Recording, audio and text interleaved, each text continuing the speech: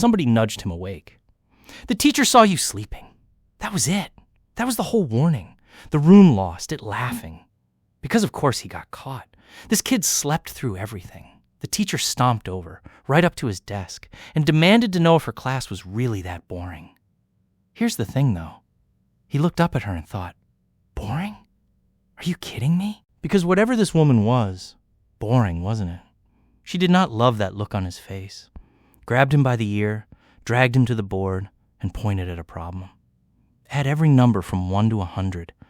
"Hurry up," she snapped. "If you were so busy sleeping, you must already know this stuff." Cue more laughing. Everyone in that room already had this kid filed under class idiot. Nobody expected anything. And then something changed in his face. Just shifted. The fog cleared out, and this weird, settled confidence dropped into place instead. He wrote the number on the board. Didn't gloat. Just said he needed the bathroom and walked out, cool as anything, while 30 kids and one math teacher sat there in dead silence trying to figure out what they'd just watched. Out in the hallway, alone, he finally got his own answer. This wasn't his body. His name was Chenluo. Back home, he'd been one of the youngest master mathematicians his world had ever produced. He had no memory of dying, no idea how he ended up wearing some failing student's skin. And this was the part that really got him. This world didn't even seem to have basic math. If that was true, he wasn't just smart here. He might be the smartest person alive. He was still chewing on that thought when he turned a corner and slammed straight into a girl coming the other way. Both of them hit the floor. His hand landed somewhere it really shouldn't have. And, okay, fine. For one dumb second, he thought the fall was worth it. Then he scrambled up, horrified, and offered his hand. She did not want his hand. You. Again. Turns out this body had a rap sheet. Groping, staring, general creep behavior. Apparently all on day 1 of term, and apparently she remembered every second of it. He tried to explain he had zero memory of any of that. Didn't matter. Fire was already curling around her fingers. New plan. If he was really as pathetic and weak as everyone kept saying, wasn't torching him kind of a cowardly move? Didn't land. So he went with pure sincerity. Swore on his life he hadn't seen the color of anything under her skirt. That one worked. Just long enough for him to run. He didn't get far. A headache split his skull mid-sprint and dropped him straight to the grass. What came next wasn't sleep. It was memory. Someone else's. A boy calling for a father who never answered. A man pressing a small box into a woman's hands, calling her my love, right before that memory just cut off. A mother pulling her son inside while the neighbors whispered. Noble family, no money left. The husband's dead. Years blurred past in seconds. That same boy sprinting home thrilled about getting into Shandanasa Academy, his mother's pride tangled up with something sadder she never explained. At the academy? This kid, this Blair, had been the school punching bag from day 1. Noble name, zero money, and not one spark of real magic to his name, not ever, no matter how hard he tried. He surfaced from all that to a blue-haired girl leaning over him, worried, asking if he was okay. No idea who she was. She said magic theory started soon and helped him up. And weirdly, that small kindness caught him off guard. Nobody here usually bothered. In class, the professor kept it simple. You're born with magic, or you're not. There's no cheat code. Chenluo sat there quietly rebuilding this entire world's rulebook in his head. When everyone cleared out, he stayed behind and asked the only question that mattered.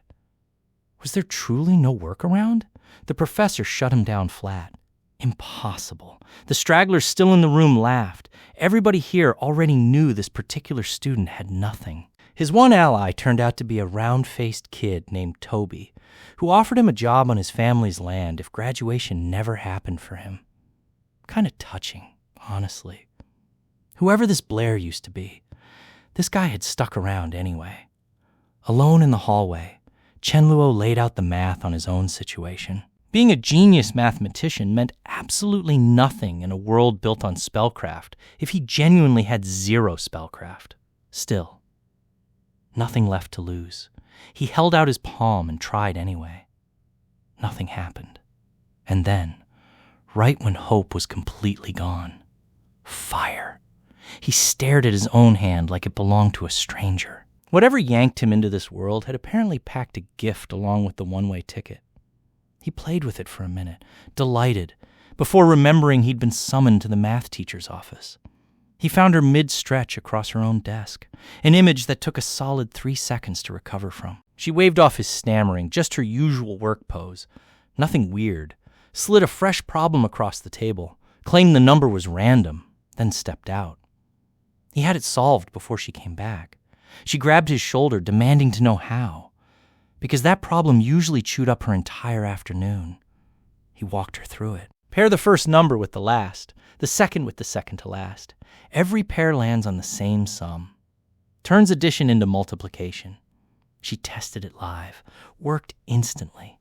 She lit up like he'd handed her actual fire, grabbed his hand, said a little too warmly that a bright future was waiting if they kept studying together. Then, catching herself, she pivoted straight into recruiting him for mathematics full-time. He said no. Flat, immediate no. He wanted to be a real mage, not recycle theorems that already existed somewhere in the back of his skull. She was baffled by the rejection right up until they landed on a deal. An upcoming exam would decide if he even stayed at the academy. Pass it, she'd stop pushing math on him. Fail, and she'd help him become her assistant instead. Quietly certain, of course, that failing was the only outcome on the table. He accepted without blinking. Didn't get far savoring that either, because another girl in ribbons came barreling into him at full sprint, and down they both went, again. This time she landed on top, his hand somewhere it shouldn't be, and a fireball was already forming in her palm before he could apologize. He ran. Fast. That same girl. Isabella stormed into the teacher's office minutes later to complain about running into a pervert twice in one day. The teacher let her vent, then flipped it. She'd solved a problem overnight, sure, but some kid named Blair had solved the identical thing in under a minute. Isabella's jaw hit the floor. By the time the pairing method got demonstrated, she'd made up her mind. She needed to meet this genius immediately. She kicked the classroom door open. Got exactly the scene you'd expect. A boy hiding under a desk while his friends stall her with increasingly desperate lies. Once she left, Toby delivered the real news. Isabella wasn't just some hothead. Her dad ran the entire city. Provoking her was a level of trouble Blair's usual nobody-here-can-touch-me swagger had never had to survive. That threat sharpened days later into a bully named Bod, who'd tormented Blair for years and was clearly thrilled about the upcoming exam that would finally kick him out for good. Since, as far as anyone knew, the kid had exactly 0 magic to his name. Exam day. Simple rule. Hit the target with fire, or you're gone. Bod passed easy, sneering the whole time. Blair's name came up next on the list, and the instructor tried to quietly skip it, sparing him the public 0. Bod wasn't having that. Loudly demanded the godforsaken boy take his failure in front of everyone. Chenluo stepped up anyway. He didn't need the ritual, no incantation, no gesture, none of it, but he performed it anyway. Drew the moment out. Let the crowd's laughter build right up until real fire erupted from his hand and turned the target into rubble. Dead. Silence. The instructor declared him passed, stunned into total honesty. Only Toby was simply uncomplicatedly happy for his friend. No ulterior motive, no shock, just pure joy. Afterward, a professor floated a theory. Magic's a gift from the gods, and those born without it, the godforsaken, are rare enough on their own. A late awakening like this? Almost unheard of. In a careless moment, Chenluo let slip that all he really wanted was a way back to his own world. The professor, confused, chalked it up to overstudy, then mentioned an old legend instead. The sacred masters. Myth figures said to command space itself, step between realities. Everybody wrote it off as folklore. Chenluo did not write it off. He buried himself in the library after that. Magic here split into 7 measurable tiers. The sacred masters existed only in scraps of legend, able to tear space open, cross between worlds, dismissed as bedtime stories by every modern scholar in the building. Back in class, whispers followed him everywhere. Isabella spotted him and, in front of the entire room, announced loudly she hadn't realized that Blair was the exam prodigy, and called him a pervert for good measure while she was at it. Her temper flared into a real spell before the teacher intervened, dragged both students to her office, and forced a truce. There, she closed out their bet. He'd clearly passed, and asked the obvious question. How had magic suddenly appeared out of nowhere? He deflected with luck, then pivoted to his own question. Did truly powerful mages really need incantations and gestures at all, or was there a faster way? She explained even the strongest still used both. They just moved fast enough, it barely showed. Skipping it entirely required something called divine enlightenment. Rare enough that Isabella straight up laughed at him for even asking. Then the teacher handed him a folded scientific journal, his pairing method, published. Both their names on it. Isabella went pale reading it. Chen Luo, meanwhile, was doing quieter math. If every published paper paid the same reward, and he happened to have an entire vanished world's worth of mathematics rattling around in his skull, he had a career. He proposed a new solution to a local classic, a riddle about 7 suns, 7 sacks each, 7 cats per sack, 7 kittens per cat, and worked through the night with Isabella until the teacher's triumphant scream woke them both. Isabella pressed him for his secret. He claimed obsessive study. She only half believed him. She was right not to. That unresolved suspicion sent her chasing him days later into strictly off-limits territory, where he'd gone hunting for the city's magic association. Yabo City sprawled out ahead of him. Merchants shouting, a white-walled castle gleaming dead center. The association. He masked up before going in. No reason handing out his real face for free. Inside, a familiar classmate worked the front desk. Molly. Private tutoring was way past his budget, so she pointed him toward the association's free library instead, on one condition. Prove his skill right there, under an examiner known for failing 90% of applicants. He said yes. The examiner and his sardonic colleague expected nothing from the masked stranger calling himself Chen Luo, a name he picked on impulse, with a lie about a training burn to cover the disguise. Told to demonstrate on the spot in a cramped office, he didn't hesitate. The fireball he started gathering grew fast enough that the room realized, too late, they'd badly underestimated him. The explosion nearly took the office apart. A shield saved the examiner from serious injury, barely. Chen Luo apologized with disarming sincerity. Thought everyone was braced for it. Honest mistake. And, somehow, still passed. Walked out with a certificate and library access, leaving 2 officials staring after him, unable to explain how someone with such weak, measured spiritual power had just leveled their testing room. Small mistake, though. He kept his mask off around one person in that building. Turns out that matters later. The library gave him everything he needed. Spiritual power mechanics. Mage hierarchy. And, more usefully, this world's crude 4-element framework. From where he stood, it was hopelessly primitive. Nobody here had a word for chemistry. Then a thought hit him mid-page. If magic could bend an element, could he bend one of the elements his own world actually understood? Oxygen, specifically. Using this world's spellcraft as the delivery method, he tested it that same night beyond the academy walls. First attempt, smoke, nothing. Second attempt, an explosion loud enough to shatter windows across the district, including one on his math teacher's desk. He barely got clear before anyone found him, badly shaken by exactly how dangerous his own curiosity had turned out to be. The blast was the talk of the academy by morning. Everyone assumed some unknown high-tier mage had passed through. Chen Luo played along right up until Toby casually mentioned their own math teacher happened to be a high-tier mage herself. That detail landed like a second explosion. He went straight to check and found her thrilled about unrelated news. His pairing method had been officially published, his name first. He set the honor aside and asked her outright to teach him magic. She agreed immediately, pulled him into a hug he had to physically extract himself from, only to get called back at the door. She'd caught the shape of it. He'd only agreed to math lessons to get magic lessons in return. He improvised his way out, badly. She let it slide anyway. His talent was apparently worth keeping around, motives or not. Their first real lesson turned into an unplanned trio the next evening when Isabella showed up too, visibly unthrilled to share the room. The teacher posed a physics riddle. 2 stones, one twice the weight of the other, dropped from the same height. Which lands first? Chenluo answered instantly, together, ignoring air resistance. Isabella, repeating what every local scholar had insisted for generations, called it an insult to accepted wisdom. He pushed back. Authority isn't proof. A claim that can't survive a real test isn't a fact yet. The argument escalated into a wager. 10 gold coins on the outcome. And the teacher, unable to talk either of them down, flew to the top of the clock tower to run the drop herself. Both stones hit the grass at the exact same instant. Isabella's entire worldview cracked open in real time. Chenluo explained it plainly. A truth taught for 1,000 years, disproven with nothing more than 2 rocks and a fall. The teacher, thrilled, declared a new law would carry his name.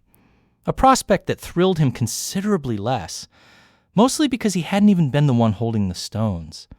She offered to let Isabella co-author it with him, and the mayor's daughter's outrage melted instantly into private visions of shared newspaper headlines. When he extended his hand afterward, she assumed a handshake and blushed. Right before he clarified, he was just collecting his 10 gold coins.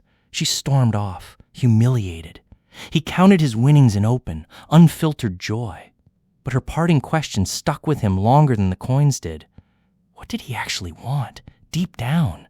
He didn't have a clean answer. Somewhere behind the jokes and the greed sat a whole life that didn't exist anymore. Students, colleagues, a classroom on a planet that wasn't spinning underneath him. He wasn't ready to hand that to a girl he'd known less than a week. So he lied about wanting an easier life and left the real question sitting there, unanswered. It would not stay unanswered forever. Not long after, a sharply dressed classmate named Feige, class president, Howard family heir, confronted him directly, told him to stay away from Isabella. Toby filled in the rest. The Howards were old, dangerous money, tangled up in a secret society woven through the school's own staff. Provoking them wasn't survivable for a nobody. The warning didn't stop the lessons. Isabella, mid-practice, revealed she could summon several fireballs at once by splitting her spiritual power across multiple points. 6 months of dedicated training to master. Chenluo picked it up almost instantly, which humiliated her pride, even as it deepened her suspicion he wasn't just a math prodigy. She stormed off, only to be chased down and handed a thank-you gift. A bracelet, golden cat charm, which she accepted with poorly hidden delight, then immediately tripped over her own dramatic exit.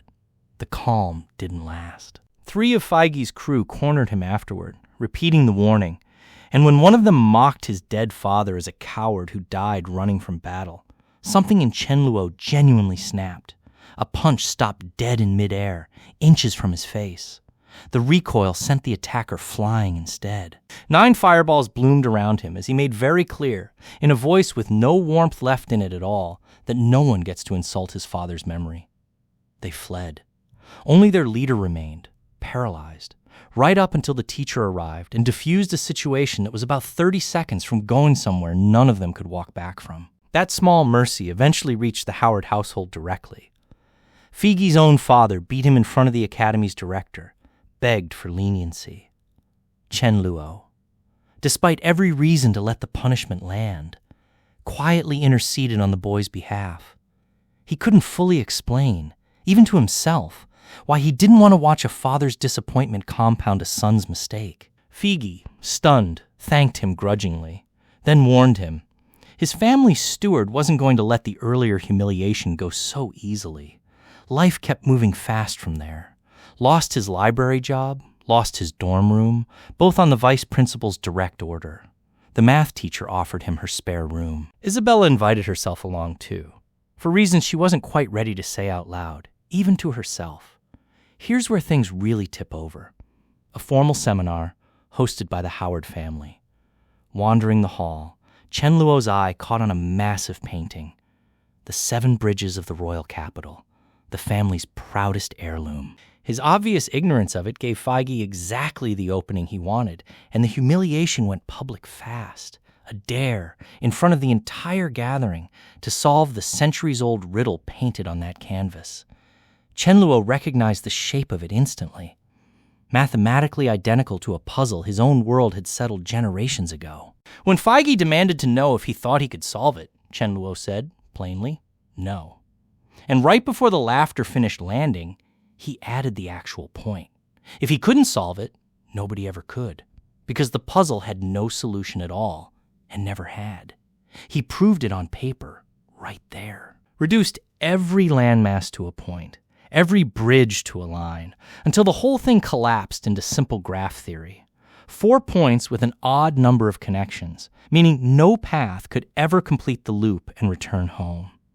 The Howard family hadn't been sitting on an unsolved mystery for generations. They'd been sitting on a lie. The old Viscount, cornered and humiliated in front of his own peers, demanded a favor in return. Since Chen Luo had just helped Feige, and by this society's own customs, that debt worked both ways. His question was simple. If the side of a square measures exactly 1, what's the length of the diagonal? The Viscount recited the local formula. The diagonal squared equals 2. Not the question. Pressed for the actual value, the most powerful man in that room went pale and said nothing. The number couldn't be written as a clean fraction. Something entirely outside this world's formal mathematics. What Chen Luo's world had once called, after a scandal that ended with a man drowned in the sea for discovering it, an irrational number. The Viscount's silence confirmed it. He'd known for years, buried it to protect the family name. As the shape of the cover-up dawned on the whole hall, generations of buried mathematics, an entire dynasty's reputation built on sand, Feige lunged at Chen Luo in a blind rage. A stranger's hand caught his wrist first. Redhead, striking. Introduced herself, half joking, as Chen Luo's forgotten lover, diffusing the whole thing at everyone's expense in one line. Her name was Alice, 3rd year, attending on behalf of her own prominent family. And she made it very clear, very fast, that she found the entire standoff, and the boy at the center of it, thoroughly entertaining. The Viscount retreated to handle the fallout privately. What the hall never saw was the conversation waiting behind those doors. His estranged son, Abel, driven out of the family years earlier, standing there with a gun leveled at his own father's chest. A diary that proved the family's oldest lie, and a plan to rebuild the Howard name from the wreckage of that night, whatever it cost. Some time later, Chen Luo woke up in an actual bed for once. A genuine upgrade from whatever passed for a dormitory before. Word of the unsolvable riddle had already spread across the whole region, and the mysterious number he'd revealed had earned itself a nickname among rattled scholars. The Devil's Number. Every mathematician in the kingdom was quietly losing sleep over it. The once untouchable Howard family's grip on the city's mathematics society was slipping through their fingers in real time. The morning paper confirmed it. A new head of house, Abel. The very man from the night before, and nobody yet understood what he intended to do with the family he'd just taken by force. Whatever Abel was planning, one thing was certain. The quiet life Chen Luo had been hoping to build in the shadow of his old identity kept slipping further out of reach with every truth he uncovered. And the city of Yabo was only just beginning to learn how far the consequences of that night still had to travel. The next stretch moved fast, and it moved public. A conference. Every mathematician in the region packed into one hall, and somehow only Chen Luo got a formal invitation, the kind he never asked for and definitely didn't want. Abel took the stage, opened with a full confession. His family had known, for generations, that the 7 Bridges problem had no solution, and buried it anyway to protect their name. He bowed, apologized, then announced that the Devil's Number wasn't unsolvable, just unmapped. New territory, and the one man qualified to guide everyone into it was a modest genius from Shandanasa Academy who preferred to stay anonymous. By the time the room turned to look for him, Chen Luo was already gone. Vanished. Just gone. He wasn't hiding from credit. He was hiding from the version of fame that comes with people trying to use you.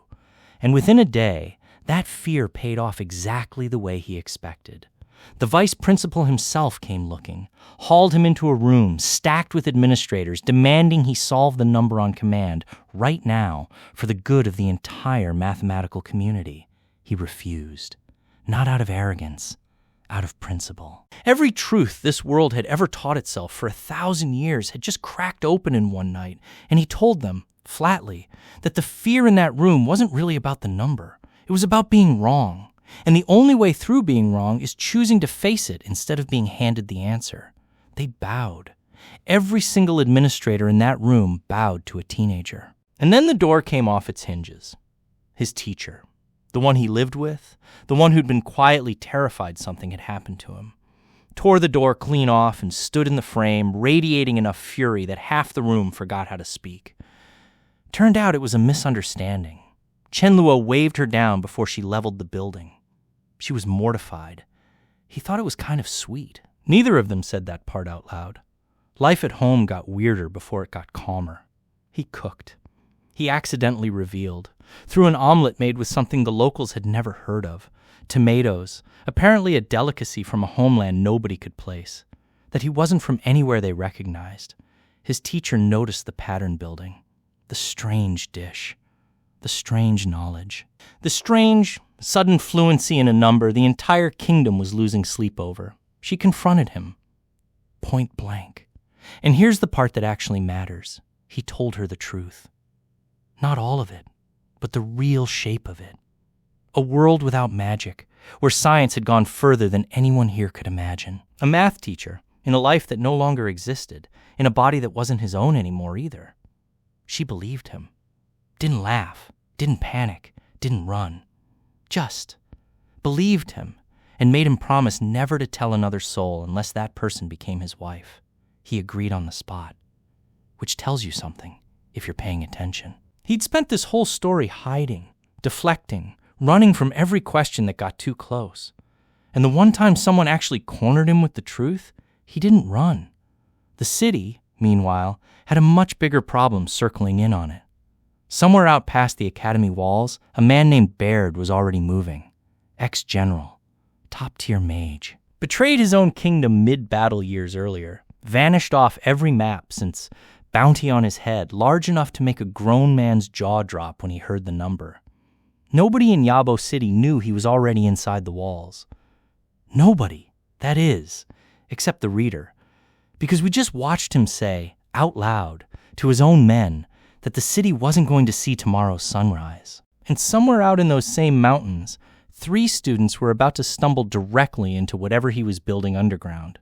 That's a different night, a different fight, and it's coming. For now, Chenluo had a math book to write, a secret identity to juggle, 2 girls who were about to figure out they liked him at exactly the wrong time, and an entire kingdom that had started calling him a god without knowing his actual name. He had no idea any of that was about to get a lot more complicated.